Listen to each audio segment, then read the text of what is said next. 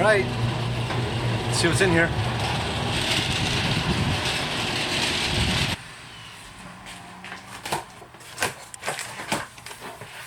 It's a heck of a first box to open. These are all numbered or lettered. There were 750 numbered and 26 lettered, and some are PC, I guess, private copy. These are nice. This is a beautiful edition. Did a great job with this guy. Beautiful. Okay, I've only gotten through about 7 boxes. This is the coveted ugly wool. There weren't a lot of these made. I have one set aside for myself, and this is an extra, so this is going out. That's a really rare book. This is the original wool, and that was before Mike did this cover for me. Maybe like 12 or 15 of the first wool. This one I feel a little weird about sending out, but I may do it.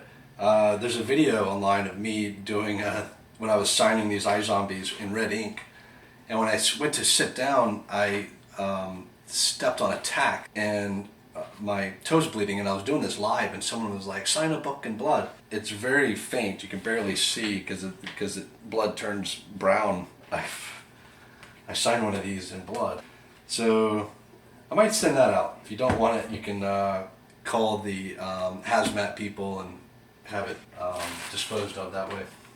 So with these to go out, this is exciting. This is Mollified in the Parsona Rescue with the cover by Jasper Shores, and this is one of the proof copies.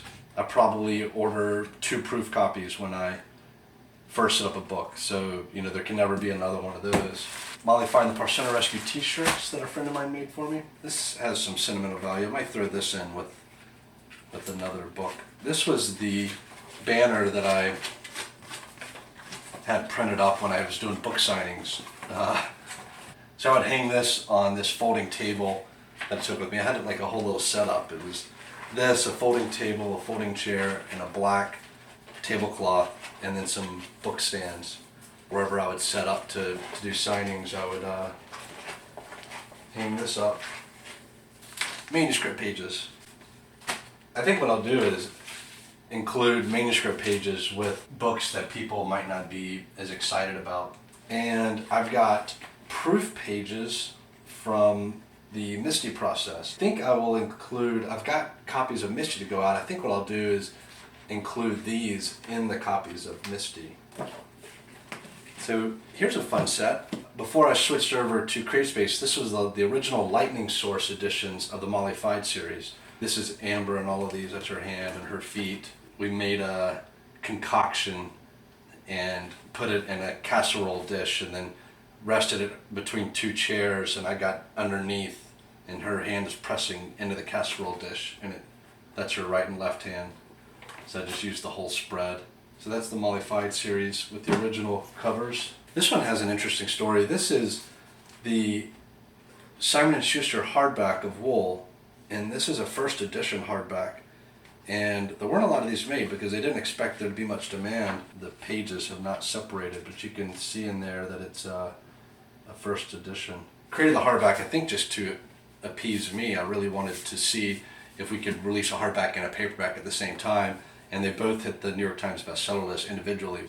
Assumed as a bookseller that we shouldn't stagger the release of the editions. We should make them all available and let people buy the edition that they prefer.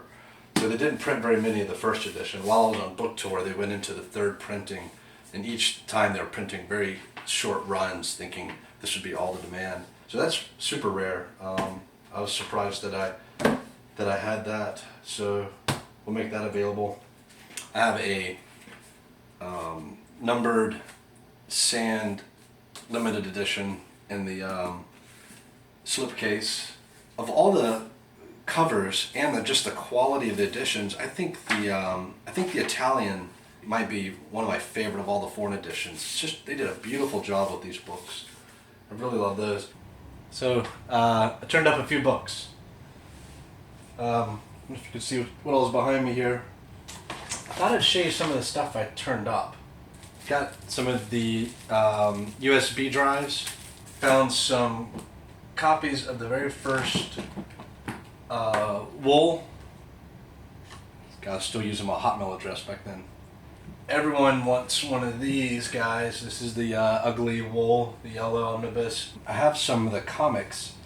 They didn't print a whole bunch of these, or either that or they just sold out. I was having a hard time getting them, but the publisher sent me a few of each, so I can let those go. And I have 2 sets of these uncorrected proofs that somebody might like. Some bunch of shifts, some ugly shifts. There's some ugly dust in here as well. Some of the slipcase editions. Bunch of audiobooks.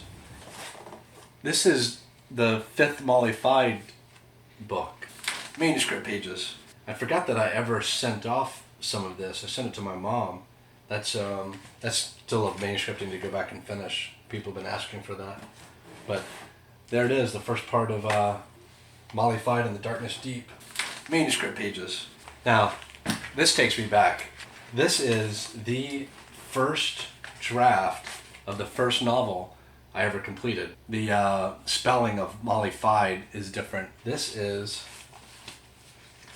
really going back. Manuscript pages. Wow. I